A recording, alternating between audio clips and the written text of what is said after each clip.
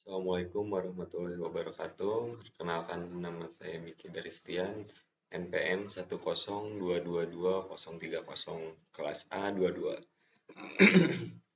Untuk memenuhi tugas sistem transaksi keuangan digital yang bermaterikan System Development Life Cycle.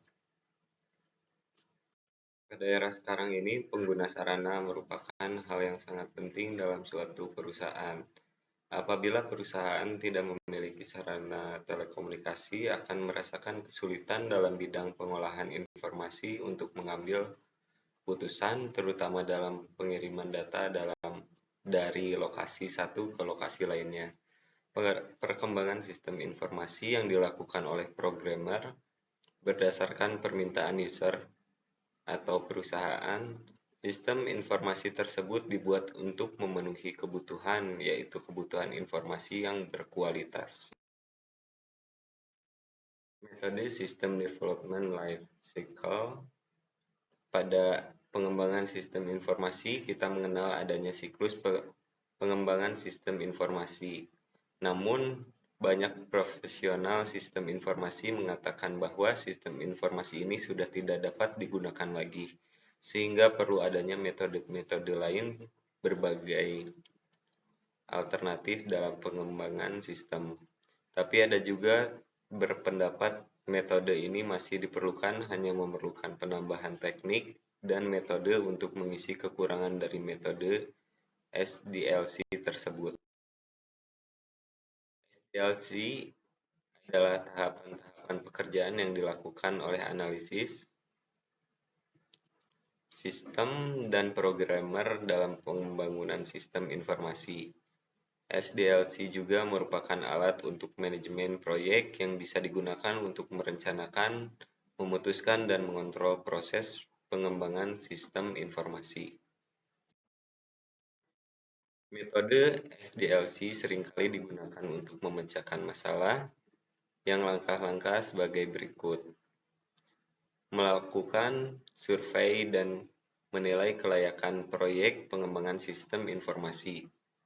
Tahapan ini menentukan ruang lingkup proyek bagi semua pemakai sistem informasi dari semua tingkat pertanggungjawaban.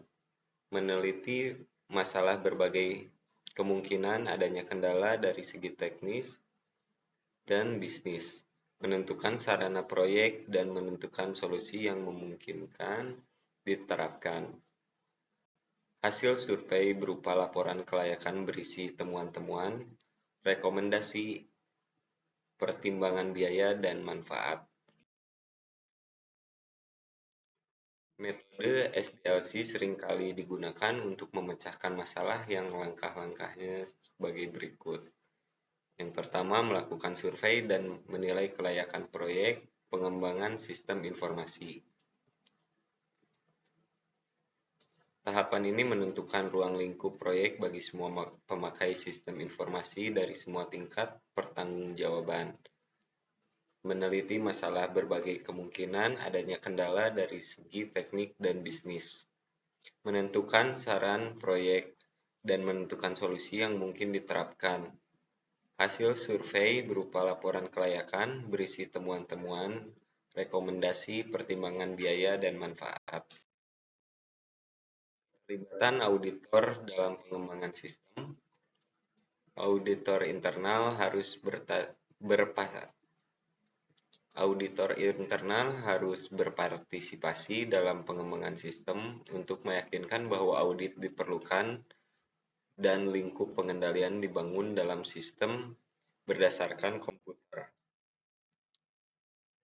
Selanjutnya ada faktor-faktor yang harus diperhatikan dalam pengembangan sistem sebagai berikut.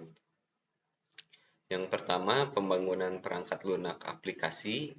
Yang kedua, pembangunan basis data, tempat utama untuk penyimpanan arsip-arsip. Yang ketiga, penentuan konfigurasi sistem, pengadaan, pemasangan, dan instalasi perangkat keras. Yang keempat, pembuatan prosedur, aturan, dan petunjuk aturan pemakai. Dan yang terakhir, penentuan, pengadaan, dan pelatihan personal pelaksana. Terima kasih. Wassalamualaikum warahmatullahi wabarakatuh.